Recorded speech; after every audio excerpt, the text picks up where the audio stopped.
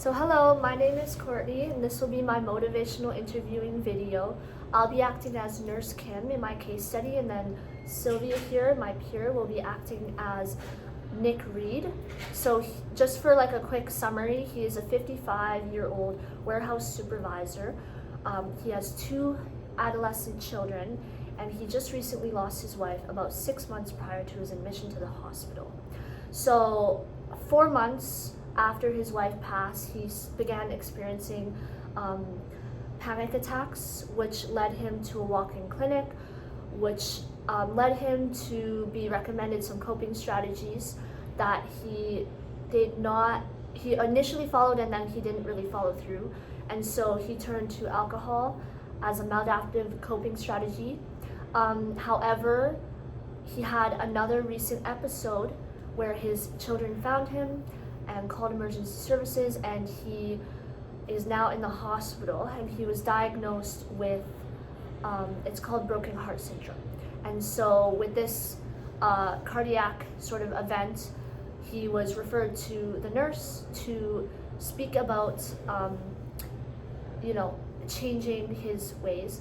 So the purpose of this interview is to elicit change talk within him so that he can change his coping strategies to be more adaptive. So we'll begin. Hello Nick, my name is Courtney. I'll be your nurse today. So you came into the hospital due to a recent cardiac event that you had. Your doctor referred you to me to have a discussion about this.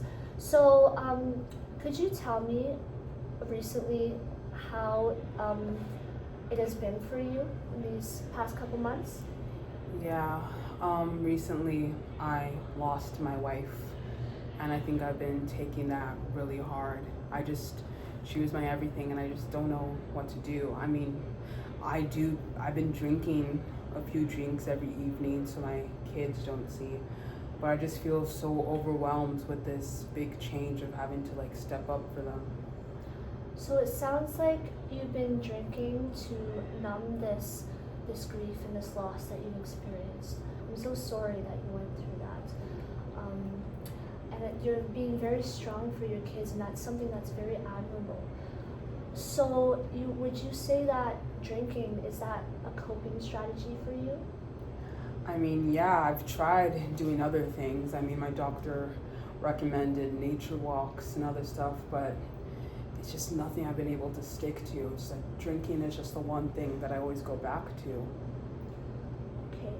And could you see yourself at all dealing with this loss without drinking? I mean, right now, I know there's resources at my church. There's a bereavement group, but I mean, I just think that's a sign of weakness. I just don't see myself. I need to take care of my children. I need to be strong for them. How am I going to be strong if I'm going to a group like that? Yes, going through a loss like this is incomprehensible to most, and I can see that you're experiencing something that is hard to connect with other people. Let's explore more of this sign of weakness that you believe you have from connecting with your church.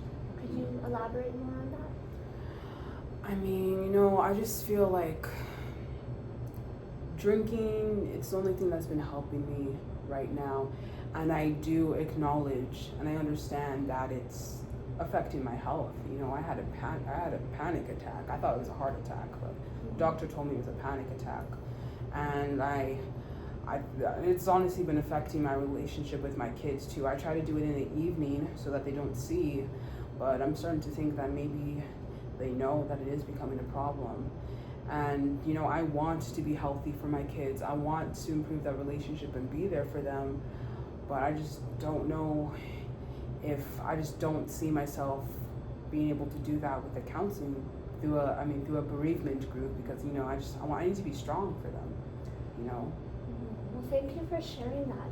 So it sounds like you know that drinking and internalizing this might be bad for your health and for your relationship with your children. It might be affecting that.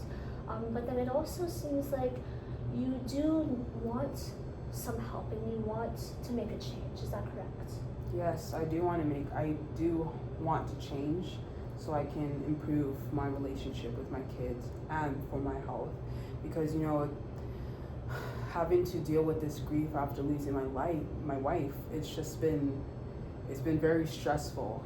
At work, I'm not being able to focus, and I'm just I'm dealing with this alone. I'm dealing with this alone. I mean, maybe it's better that way.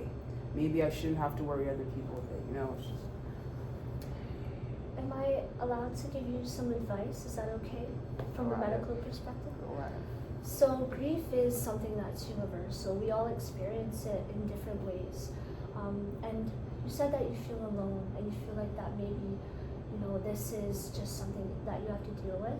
However, the reason that we have bereavement groups and the reason that we have support like that is because it's good to have connection with people, especially people who have gone through similar things that you've gone through, and that can support you and your mental health and your relationship with your children and help you kind of heal these wounds, right? And just help you process your emotions and express this grief in ways that might really help you. So do you see yourself having a desire to maybe change your coping strategies? I mean, yeah, I'm just drinking alcohol every evening after work. But as for the church thing, yeah, when my wife, bless her soul, well, when she was still here, we did used to go to church together. But after she passed away, I think I lost that connection. I think I was connected to the church. I mean, I am Christian. I do believe in the Lord, but it's just, I don't know, her passing just really drew that line for me, I think. So it's just hard to revisit that. And so have you gone to your church before when you've been through times like this? What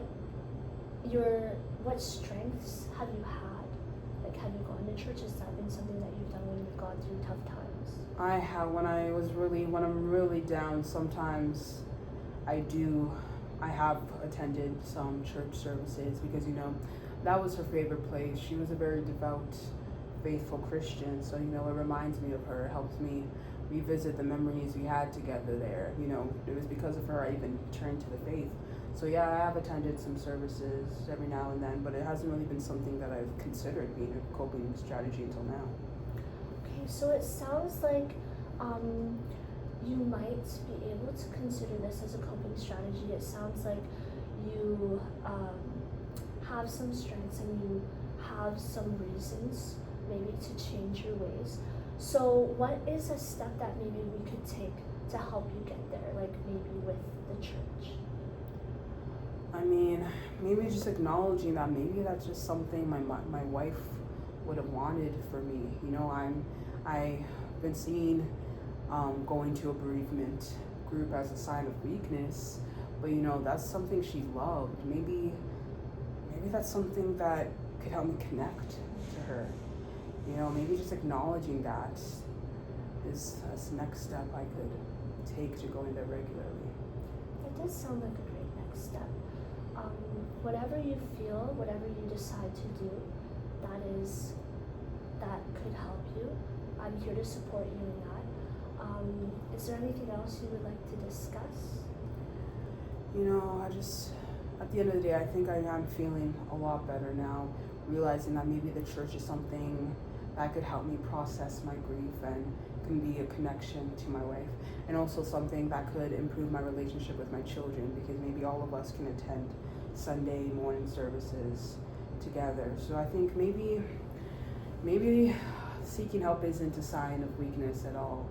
Maybe it's something that I can use to cope with my grief instead of drinking. I think that's a realistic step that I could take, yes. It's great that you acknowledge that and that you were able to come to terms and to find a next step. It's okay. So just a summary, you came in because you had a cardiac event and your doctor referred you to me, and we had this discussion about your grief and your coping strategies and how you originally were using alcohol to cope, but through this discussion we've found maybe another different coping strategy that could improve your health and improve your relationship with your children. Yeah, thank you. I think that's something I'm going to do now. Thank you. Well, thank you for your time. You. Oh,